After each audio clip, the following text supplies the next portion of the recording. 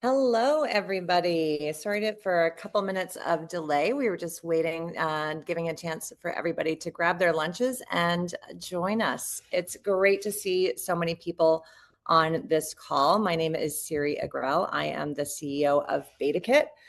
We are the storytellers of Canadian tech, and we do that in print and in person. And today we're going to do that live here with all of you. With our BetaKit briefing focused on the new SR&ED landscape. As you may or may not know, on November 4th, the federal government released its first budget of the Mark Carney era, including changes to the Scientific Research and Experimental Development Tax Incentive Program, the topic that Canadian tech loves to hate and hates to love. They introduced some changes that have been long requested by the sector. And today we're going to talk about what those changes were, where they came from, whether we like them, and what we think is going to happen next, along with providing, I think, some really useful insights for companies and leaders who are going to be taking advantage of these new changes in this program. So to do that, to have this conversation, I am joined by two very smart people who know more about SR&ED than I ever will. Daniel Perry is the Director of Federal Affairs at the Council of Canadian Innovators, where he leads the organization's really important advocacy and engagement efforts. Hey, Daniel, how are you? I'm well, Siri, and how are you? Good to see you. We also have Carlos Coelho, who is the head of sales for Boast, which is a Canadian company that a lot of you may know, that helps companies maximize tax incentives and government programs. So he's going to help us really dig into the details of what changed and why that matters. Hey, Carlos. Hey, how's it going? Hi, Daniel. Good. Nice to be here. So great to see you both. I'm excited to get into this. The three of us are going to have a conversation kind of going through where the changes came from, what the changes are, how it's going to work, and the impact we think it's going to have. From there, we're going to open it up to the audience. We are going to take audience questions on the back half of this event. Please submit your questions via chat. We want to get through as many of them as possible, so drop them in the chat. I will be moderating them and bringing them through to the group. I want you guys to know that we know people have lots of questions, and we're going to get to all of them, through a follow-up email. If we don't answer all of them today, we're going to make sure that these guys answer the questions in writing, and we're going to send them out to the group. So please ask away. Okay, so we're going to get right to it. I'm going to start, Daniel, with you and give you the important task of sort of taking us back, leading up to this year's budget, right? Tech wasn't necessarily super stoked on this government or where things were at for the country. What had the community been asking for? What had Canadian tech been asking for when it came to SR&ED?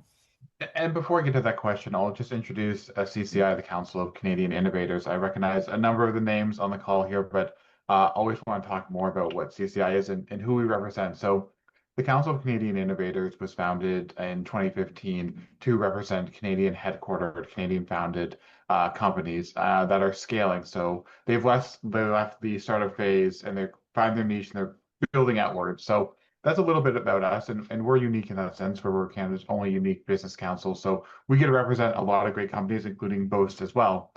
So when we come to Ottawa and talk about advocacy, we really are representing the community. And when it comes to SR&ED, there are three main asks.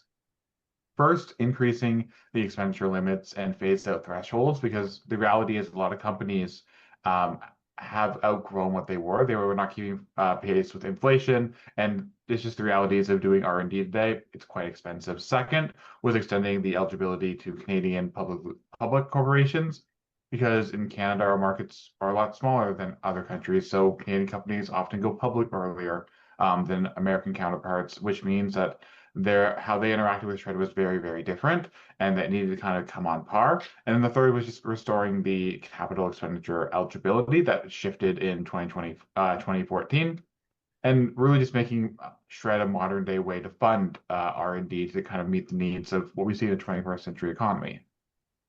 Was there, thank you for that. Was there consensus around those changes? Like, I'm sure, as as CCI, you have all kinds of founders telling you all kinds of things that they want you to demand of the government. Was this one where people were pretty aligned in terms of what they wanted to see change? Yeah, it was one that, like you pointed out, the sector is very different depending which CEO you're talking to, but it was one that no matter what size of company you were, you're usually interacting with Shred in some way, shape, or form. And to be frank, it's the biggest R&D and innovation program Canada has. It's around $4 billion annually. So it needed to match the outcome, needed to match the investment. It just wasn't there under the old form. So this new introduction is a good step forward for sure. And talk to me about the lobbying effort. Like, how did you feel? Were they listening? Was it like, did you have to drag them kicking and screaming? Like, what was that process like? This was honestly years in the making, Siri. Yeah. CCI published a major policy paper in 2022 and 2024, and this advocacy dates back to 2015 when we first started, because it was one of the top concerns that we heard from innovators was how this program was working. So we worked with this government. We were in consultation with them. We brought our CEOs to Ottawa and talked to finance officials directly. We met with the minister and his chief to talk about what these changes would mean. And to their credit, they were very well briefed and understood the ins and the outs of it. We met with the department as well to talk about the pre-approval process and what innovators actually needed. And we worked to build a coalition and joined with other leading companies and business groups earlier this year to write a letter to Champagne to urge him to take action. And of course, the media helped, like yourself, to kind of help push and outline these changes. So it was really a team effort. I measure my life and how long I've been listening to founders complain about Shred. Been a minute. Been a minute. All right. Carlos, so that is, people have been working hard on this for a very long time, flagging some areas of change and improvement and expansion. Now you have the fun job of explaining to us what we got. Can you kind of take me through, there are sort of four major enhancements, as we're calling them. Can you tell the room kind of what changed?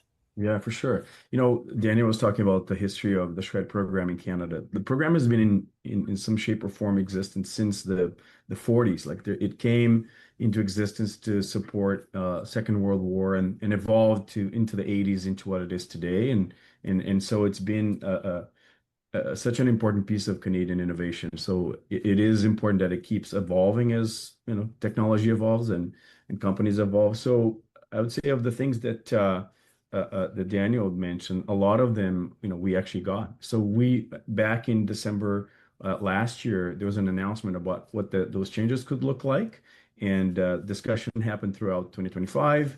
And in November, the final numbers were announced, yet to be voted and sanctioned. But expenditure limits, like they basically doubled.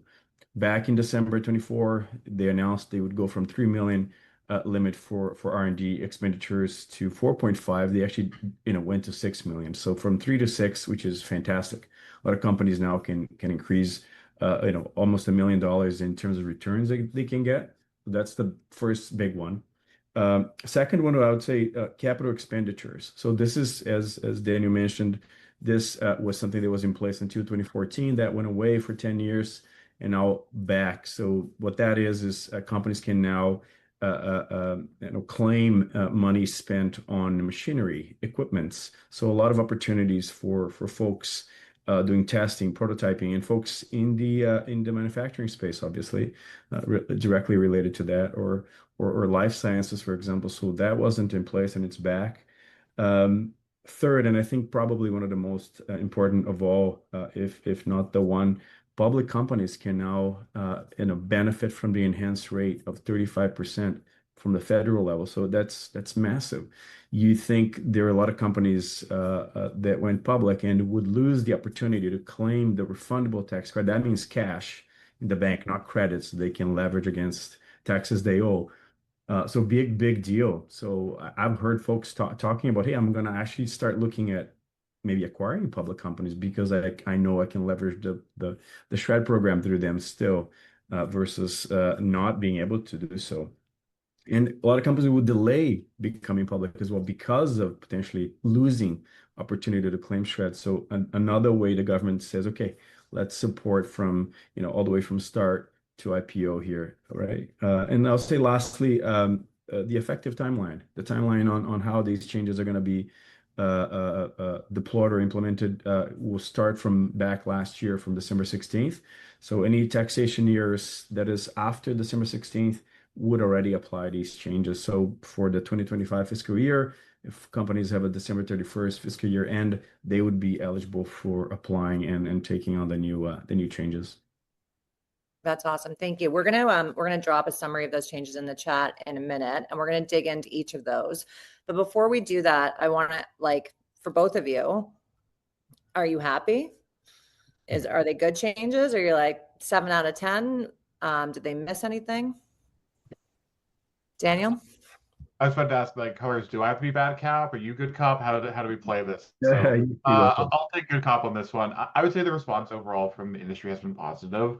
The technical changes that CCI was asking for are almost entirely in there. The government actually went further, like Carlos said, when it came to the full economic statement and raising the limit to $6 million, which was welcomed. That said, I wouldn't say this is a victory yet. At the end of the day, execution really matters. And companies need to see faster processing times, simple application forms in practice, and not just in principle. And something else this government should really consider is prioritizing Canadian companies and Canadian controlled firms when it comes to the SR&ED process, making sure that Canadian innovators are the ones actually benefiting the most from this credit. But Carlos, would love to hear your thoughts. No, I agree 100%. I think improving the process and the speed in which claims are processed is huge. We're seeing sometimes 90, 120 days for a claim to be even picked up to be approved.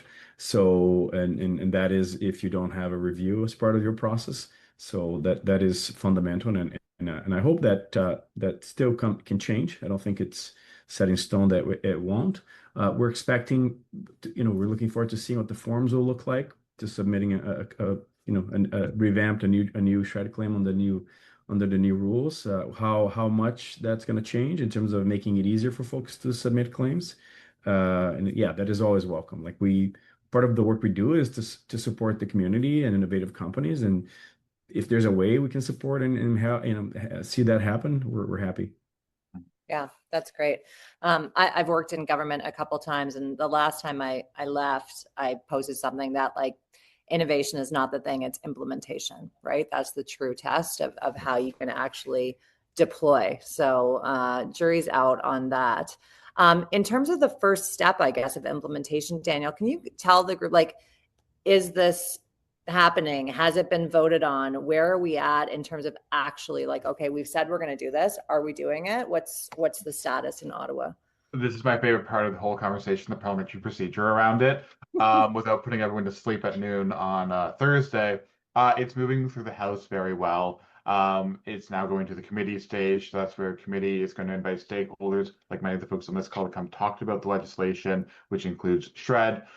The Senate is currently reviewing it as well. So I would expect to see this pass and come into law officially probably mid to late February. And that is because there was a bit of a break period after Friday till the end of January where the House isn't sitting.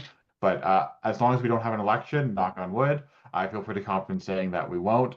We should be able to see this very early in the new year, which is very exciting to see. Yeah, it's great that they're taking a break. It's been almost a full year of government, so it's nice to take a little breather. What does that mean? Just before we get into some of the details, what does that mean? I guess that timeline of we're going to see it approved in the new year. What does that mean for, like, filing in 2026? Carlos, you like? Yeah, no, I can take that on. Yeah, for folks that are considering their claims to be part of the new process, the new changes. I mean, this is the time of the year when, for folks that have December 31st calendar year, that we start, picking up the claim that we worked with them throughout the year and wrapping it up as they close their year and they prepare their taxes. So that time is very good. I mean, that 2 months or a month and a half is perfect for us, because that's when exactly we're ready to get a claim out the door for our clients. So no issues at all. I think the timing, and I know they know this too, because a lot of companies have a December 31st fiscal year end. So I'm sure the government is aware of that and they want to be timely on this. Gotcha. Okay, thanks. We're going to get into a couple of the details here for a bit. So I want to talk about this expanded expenditure limit. So what does that mean for actual companies, right? Like our audience, our readers are the people who are like, building and scaling companies in Canada. Do you guys have any sort of real world examples of the financial impact? Like what will that look like for companies of different sizes? Why does that matter?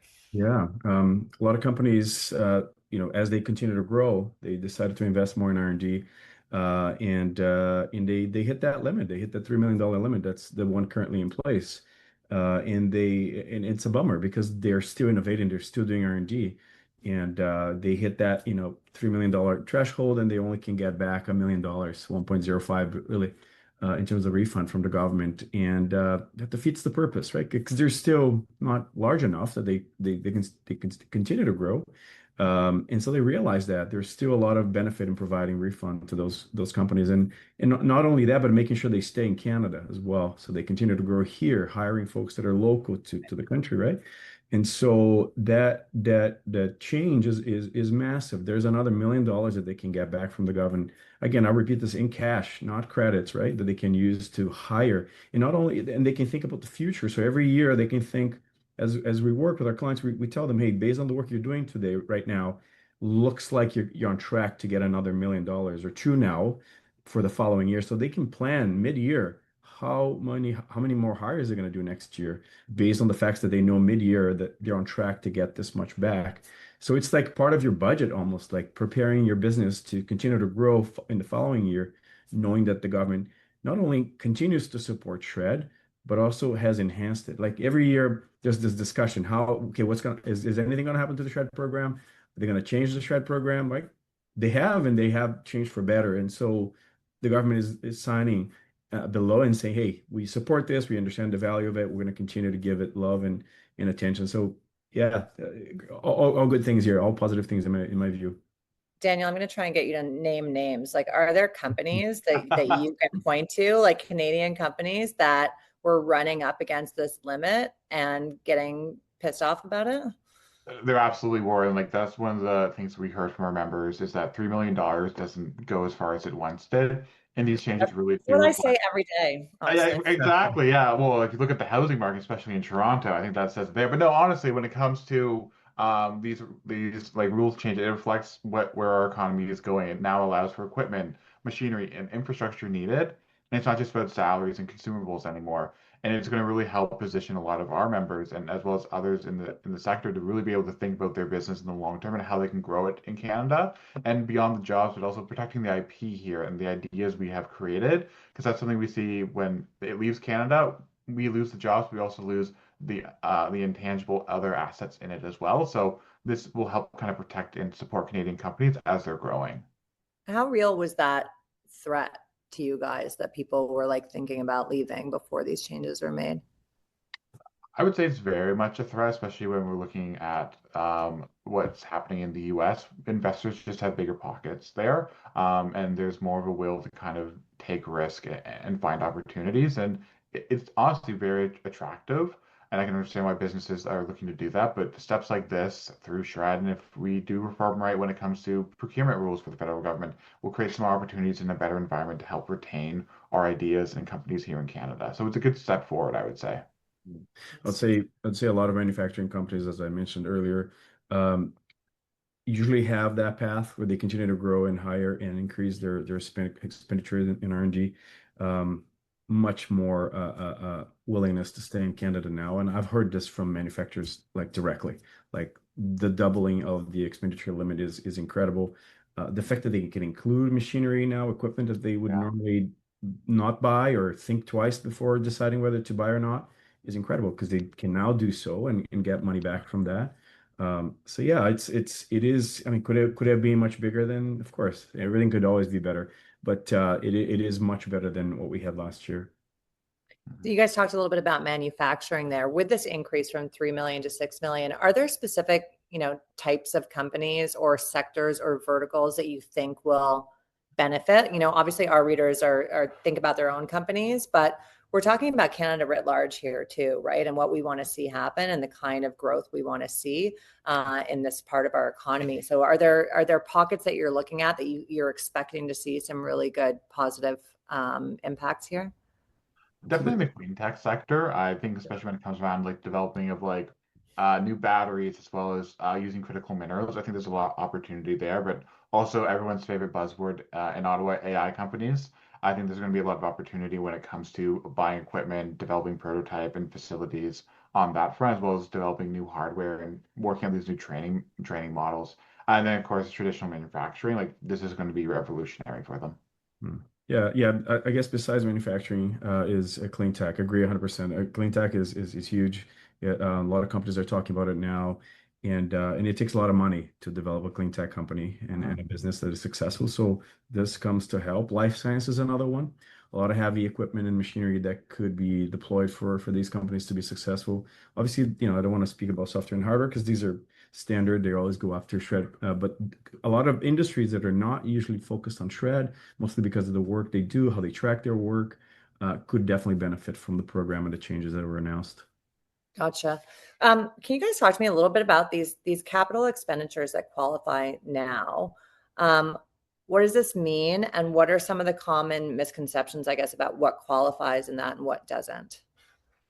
Yeah, usually any type of equipment, machinery, the government is yet to provide a more clarity on exactly what they mean by that.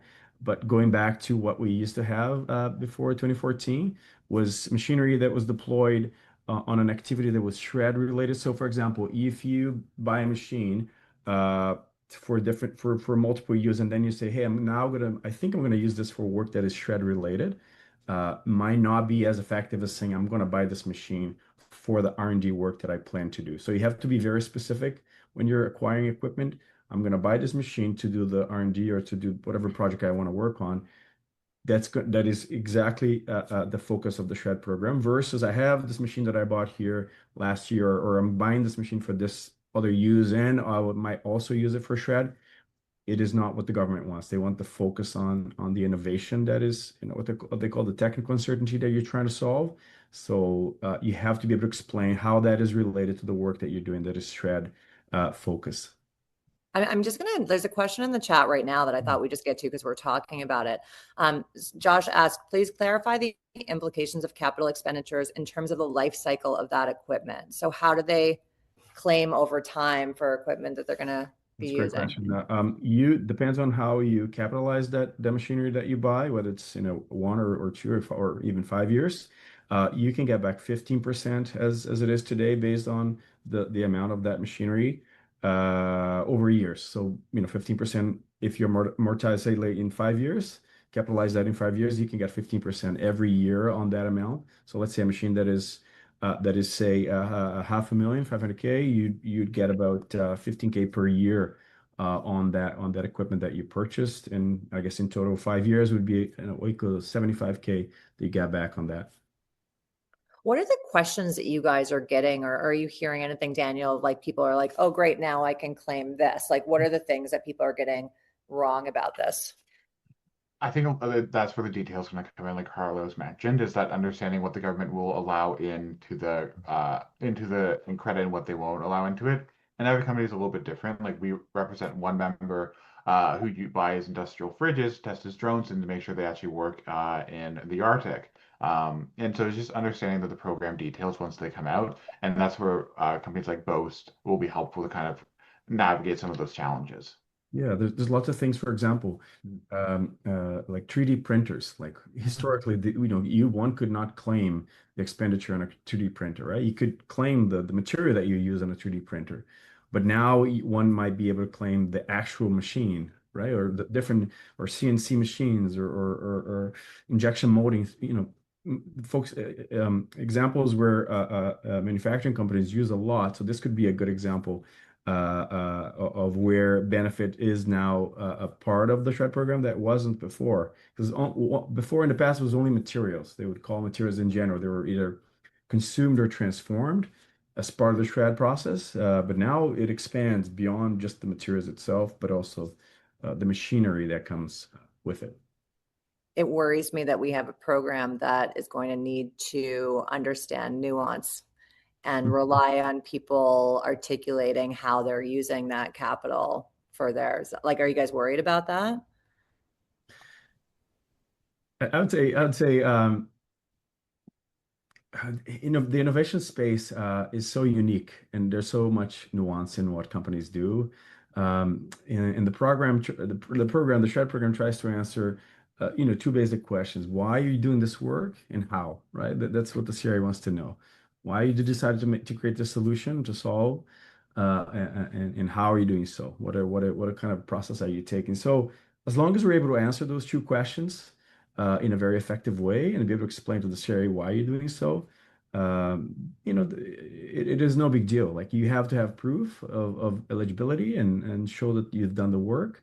Obviously, there's always a little bit of a gray area because it's, as you said, there's a human aspect of it. But that's not different, than before. It's a process created by human beings, administered by human beings, and also approved or not by human beings. So interpreting rules and processes that were developed by human beings. So I think I don't think there's going to be much change into what we're seeing.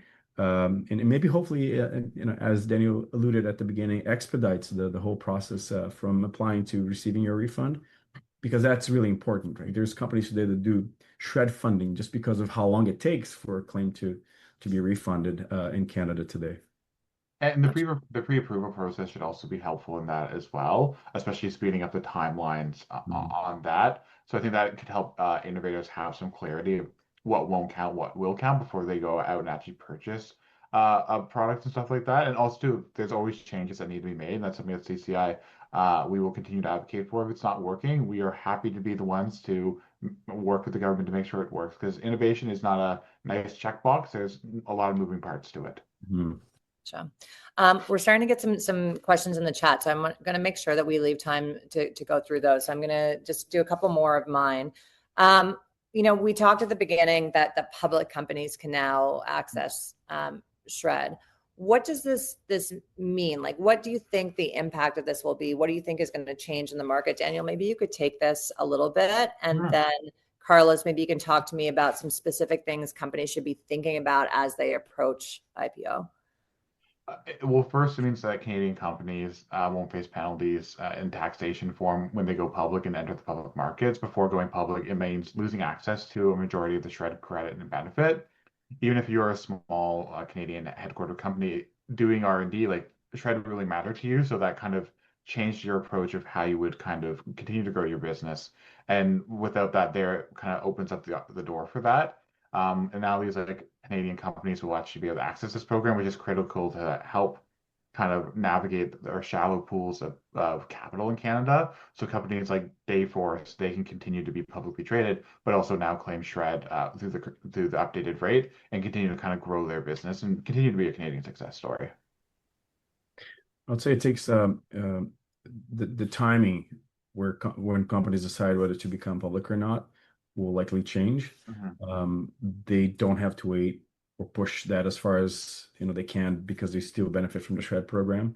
They can make that happen faster now. See that investment come in much faster, so the company can potentially grow faster as well as a consequence, because they can now apply as a public company, which is great. Because I've talked to many folks that are like, oh, you're debating whether to become public or not, but we're pushing that, we're delaying that because of the program, that we lose benefits, and we don't have no needs for the credits, we just want the cash. And so they might get the cash in the provincial portion, depending where you are, but not the federal portion, which is the bulk of it. So there's that decision that needs to be made every single time you are in that path, but now you wouldn't have to call that out so early. But also ability to be acquired. If you're public, other companies would see benefit in acquiring you, because whomever's acquiring you would still benefit from the SR&ED program as you being a public company, which is also great. Like, provides more fire in the economy for companies of various sizes. Gotcha. Daniel, you talked off the top about how CCI is really focused on the impact for like Canadian companies. I just have a couple questions. Like, how does this apply to Canadian-based like arms of international companies? Do they have access to this? Yeah, so Shred doesn't discriminate. If you are Huawei Canada, you can still receive funding, even though we banned you from our country. That's a true story. They received funding until about 2022, 2023. And that's something at CCI we really think the government needs to look at is prioritizing the funding model and really making sure that Canadian companies that are truly Canadian, not just name alone, have opportunities to leverage it. Because at the end of the day, it is Canadian taxpayers' dollars funding this. So I think there's responsibility to ensure that this money is being floated into Canadian companies that are employing people, that are growing their businesses, but also having a conversation about IP, which I think we could have a whole other panel discussion on alone about what it means to actually retain IP in Canada and the benefits of that. Yeah, absolutely. Is there any, I remember talking to this incredible company, that has, applied and received SR&ED funding in the past. And she was telling me, the founder was telling me, she's like, I wish that the Canadian government would actually like look at what they're funding through SR&ED and actually think about using it themselves, right? She's like, I've been getting SR&ED funding. No one has ever called me and been like, hey, can we use your tech in Canada, like for Canada against, do you think that are they gonna like do an AI scan of all the, funding applications and look at what they could use?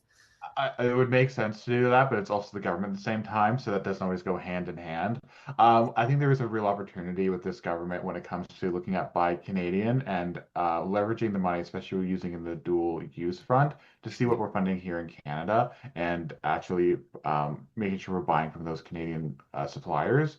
And that's something at CCI we were working with this government to do. Over the summer, we actually mapped out over 400 dual use companies that are headquartered in Canada and ready to sell the government. And we're working on a new survey to help kind of refine that a little bit to provide some answers to the government. But to answer your question, that's common sense right there. The government should absolutely be supporting the companies that they are supporting. And one of the best ways to do that, other than SR&ED, is to use purchase orders. Yeah, gotcha. Okay, I'm gonna do a super fast speed round with each of you, and then I'm gonna start going through the questions from the audience. So Carlos, we're gonna start with you.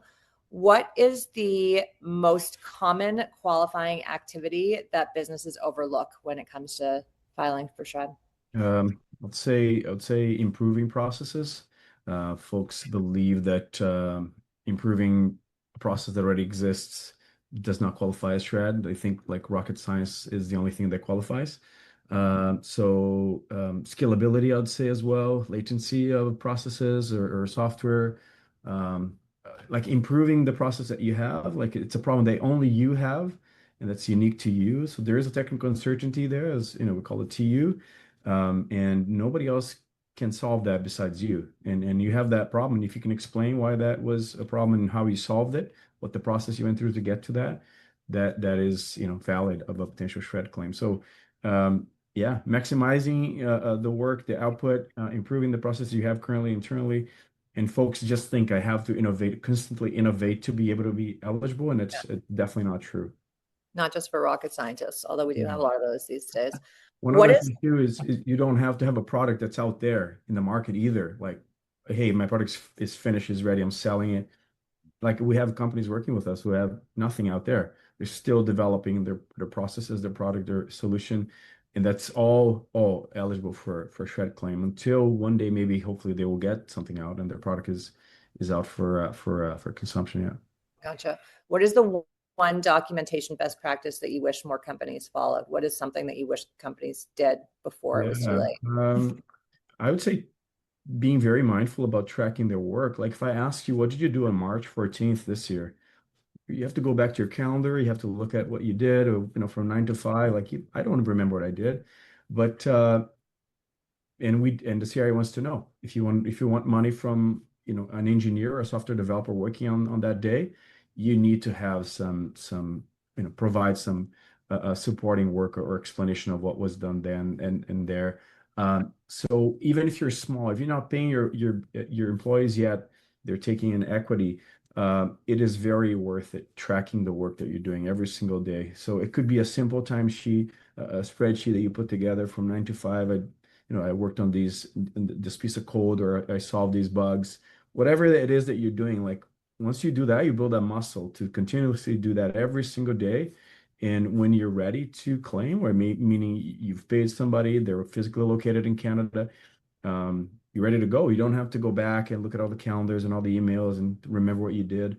You're ready to go because the government wants to see the details, who did what for how long and how much they got paid for it. So as long as you track these three things, you're in a good position already. I'm already disqualified. I don't even know what I did this morning. Okay, Daniel, what is your favorite thing that government did for tech and innovation in this budget? The Buy Canada procurement policy, if done right and paired with shred reform, like we talked a moment ago, will really be a good step forwards for innovators. Government, as an anchor customer for Canadian innovators, is a very powerful tool to help us scale. So that right off the top. Gotcha. On a scale of 1 to 10, rate this government on its response to your requests so far.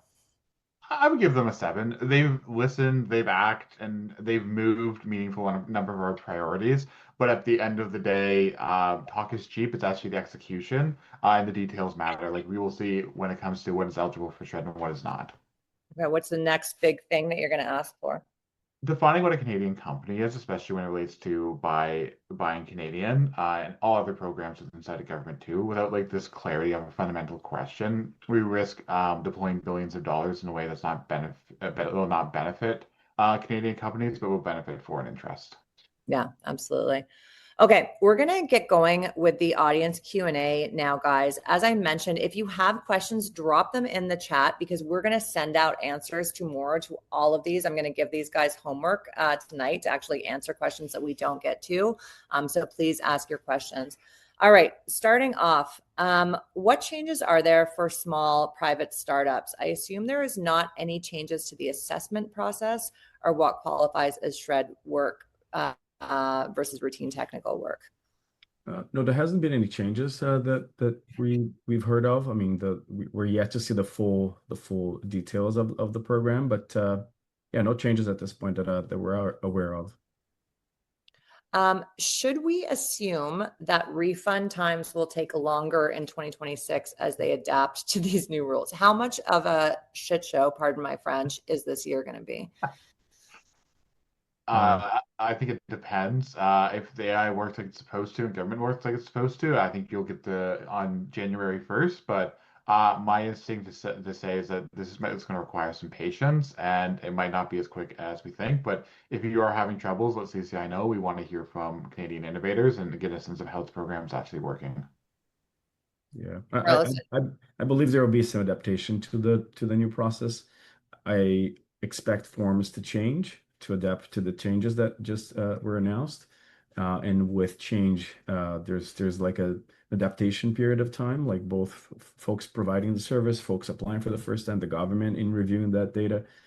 I assume there would be. I'm not, can't tell how much. Hopefully not too much. All right, so moderate shit show is the answer to that. Forms, moderate shit show. Who are the real beneficiaries of this new process, and who, if anyone, do you think is going to see downsides from these changes? Yeah, I could, like the real companies benefiting from this. I have to say, folks that are spending a lot of money on R&D. So the limit has doubled, as I said, from 3 to 6 million. So folks that are in that threshold, they see a lot of benefit. Folks that have a lot of machinery, right? I mean, I'm telling you all this, and you start to picture who that is, right? Have a lot of machinery with the work that they're doing, the terms of R&D work, and now doesn't matter if they're public or not, if they're private or not. So that puts my mind goes back to the same group, like manufacturing companies who before had a limit into how much they could actually submit in terms of claim. But also not only that, but also have the ability to claim some equipment that they would normally not be able to, and would change their mind. Should I not buy this, this big machine that I would probably, made good use of and create new processes and innovate with? So manufacturing comes to mind, and in all the different areas, like within that, like clean tech as well. It's big machinery again, as I mentioned earlier, like the med tech, a lot of big equipments in the medical, a lot of healthcare stuff that involves big machinery, a lot of R&D work, academia research being done that could use that. So yeah, some of these are some of the areas.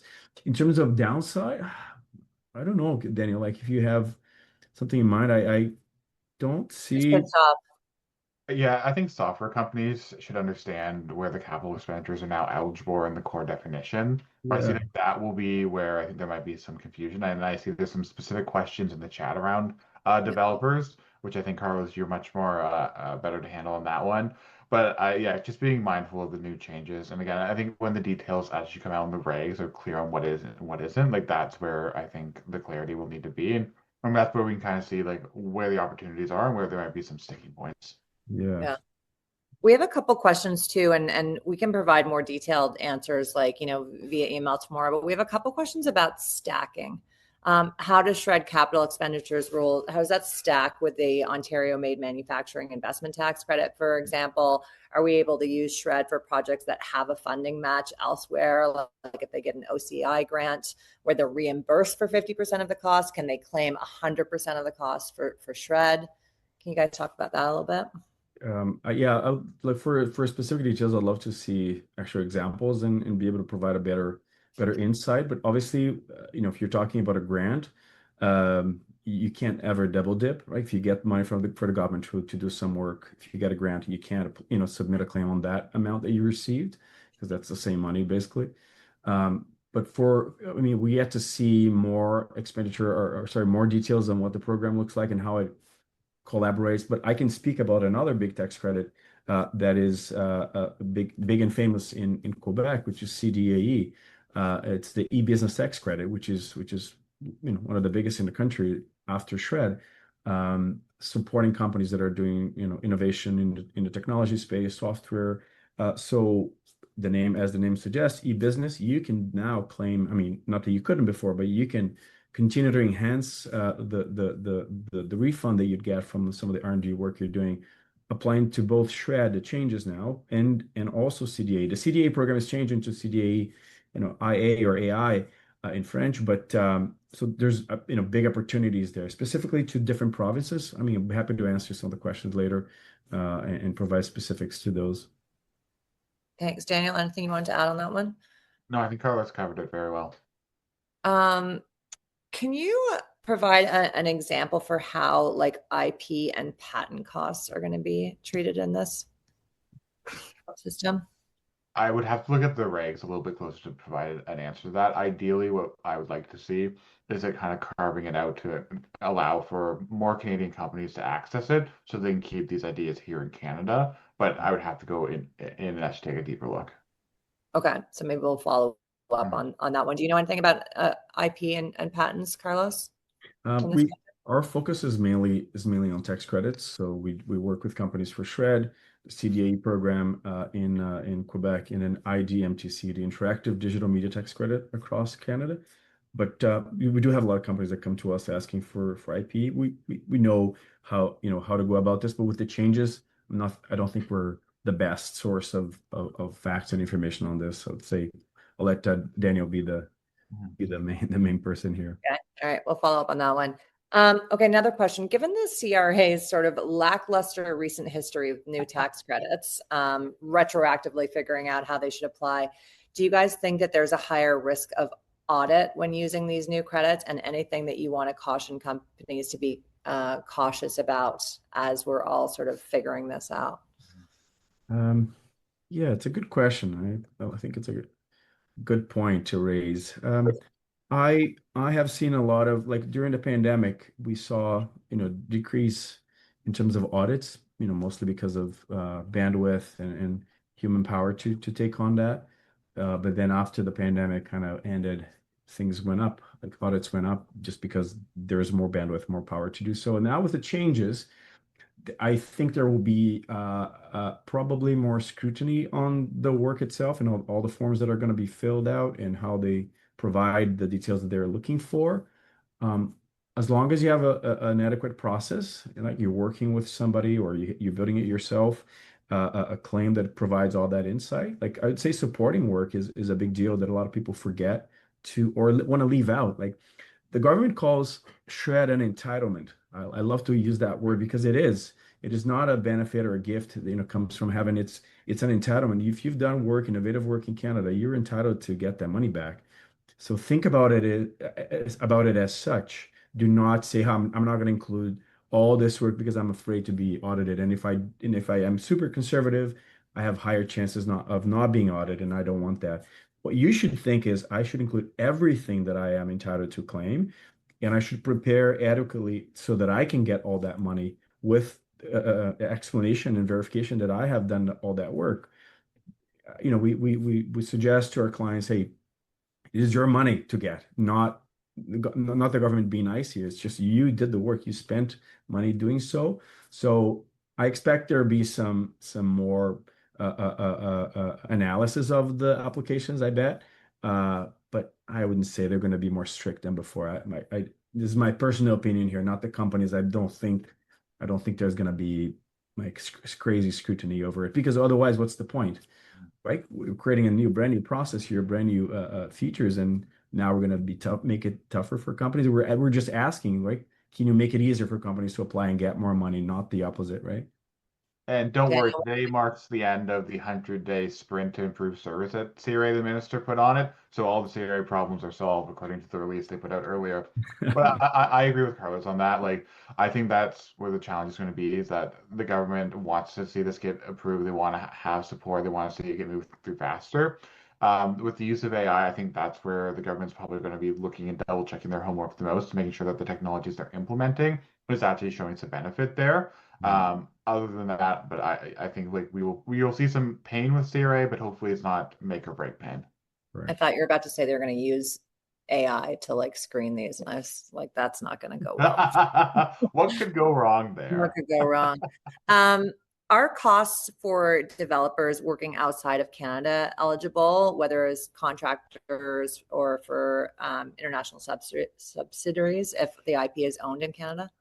No, the government says that, I mean, based on what you just told me, government says that they want to see engineers, developers, anyone doing R&D physically located in Canada. They have to be here to be able to qualify for the SR&ED program, and also be paid in Canada as well. So that not only they pay taxes, but the money they get can be used back in the economy. So that stays the same. I have not seen any changes to that. Gotcha. All right, we're coming close to the end. I'm just going to scan and see if there's anything else that we see that people want to touch on. As I said, we're going to go through all these and get kind of robust answers and point people to the direction of resources, both from CCI and from Boast and from others and from BetaKit, in terms of more information on all of these topics. Before we wrap up, I wanted to give an opportunity to both of our speakers to kind of just share their final thoughts. Daniel, I just want to give you a minute to just talk about how you think this lines up with the outlook for Canadian innovation policy. Are we on the right track? Cautiously optimistic? Devil in the details? I'm cautiously optimistic, to be honest with you. I think the next 6 months is really where the government's going to either deliver on what they've promised and talked about for the past 6 months, or they're going to fall back into traditional ways government has governed. And the government loves saying we're at a hinge moment in time, and we really are. And this is the opportunity to kind of show it. And honestly, budget 2025 was a really good step in the right direction, especially around shred reform. And it responded to a lot of the advocacy that we had at the council. And if this advocacy of interest to you, and now I get to do my plug, we would love to have you as a member. If you're a Canadian headquartered company, feel free to reach out to me anytime. We are your voice in Ottawa, and we want to continue to be that. And the more voices we have at the table, the more effective we can be. So if you're an innovator and you have interest in IP, economic returns, or just seeing your company grow, please reach out. We can work together. I want you to drink every time you hear the new government say catalyze over the next week or so. That seems to be their big buzzword. We shall see if this catalyzes what they want it to. That sounds like a really fun game to do over the holidays. Maybe I'll bank them. Just watch speeches from the Carney team and get a bottle of booze out. All right, Carlos, I like that you said that this is an entitlement, right? This is an opportunity for Canadian companies as well. I think that there's, it's a tension within the sector and within the country, right? Of like, do we want stuff from government or not? Talk to me about like how you see this opportunity in this moment, and how you think that Canadian tech and manufacturing and should think about it. Yeah. I'm obviously biased, but sincerely, like I love the SR&ED program. It is such an incredible program for Canadian companies. And sometimes, I speak to hundreds of companies every year about their decision to, submit a claim or go apply for SR&ED. And I hear a lot of, sad stories as well. Hey, I've applied in the past, I got declined, and I don't want to do this again, or got into an audit and I don't want the trouble. I would urge you to rethink about it, right? Do not let money sit there untouched or, it's yours to take. You've done the work. There is this program in place. It is complicated, sure it is, but it's much better than before, right? Maybe it will get even easier than it is today, but it is better than before. And to see companies spending a lot of time building claims, like we hear, companies out there working on their claims for 80, 100 hours a year preparing a claim. Like the way we devise our process is about 5 hours a year. That's it. About an hour every quarter that you work with us and we'll get your claim out the door. We automated a lot of the process. So, all the things that are not working well with the current process, we've taken inside and fixed them, right? So it's much faster and easier and more accurate. So it is a benefit. It is there.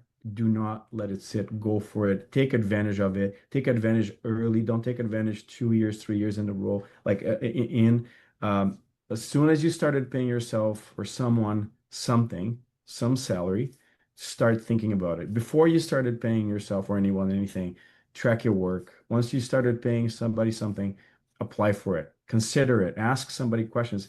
I'll say half of our time we're educating, we're talking to companies about what SR&ED really is and how it works and how you could benefit from it. So reach out to me, look my name up on LinkedIn, ping me, message me. I'm sure you're going to get a note with my name on it. Ask me questions. I'd love to answer, just to kind of educate you, put you on a path that maybe in a year from now you'd get benefit from it. But the beauty of that is that the changes that were made are for the Canadian companies to leverage. Like they wouldn't be doing this if they thought, okay, let's create all these great new things, but then let's make it tougher for them to get the money. What's the point? I'm sure in a year from now, they want to look back and say, hey, look, we've made all these changes. Look at how many more companies applied. Look at how much more money we gave out. That has to align. It can't be, the opposite. It would make no sense to see that. So I'm positive. I'm, call me naive, whatever, but I think the process is going to be much better than before, and the benefit for the companies is only going to increase.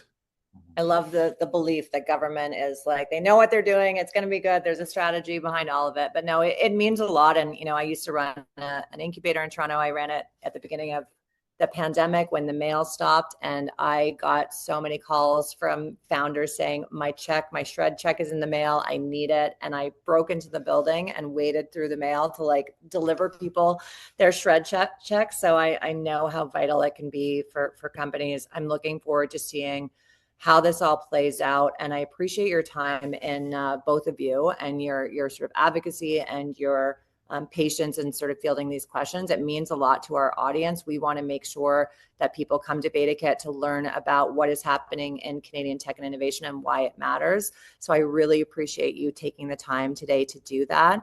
We are going to be sending out a transcript of the discussion, editing out all my stupid comments, but all the useful bits, along with all of the Q&As. We're going to send them to everybody who is registered. So if you missed anything, you will get that in your inbox tomorrow. Thank you, Carlos and Daniel, so much. Thanks to all of you for joining us. And we look forward to seeing you at the next BetaKit briefing in the new year. Have a wonderful holiday. Drink eggnog when you hear the word catalyze. Thanks, everyone. Thank you, Siri. Thanks, everyone. Appreciate the crowd and all the questions. That's great. Bye. Bye-bye.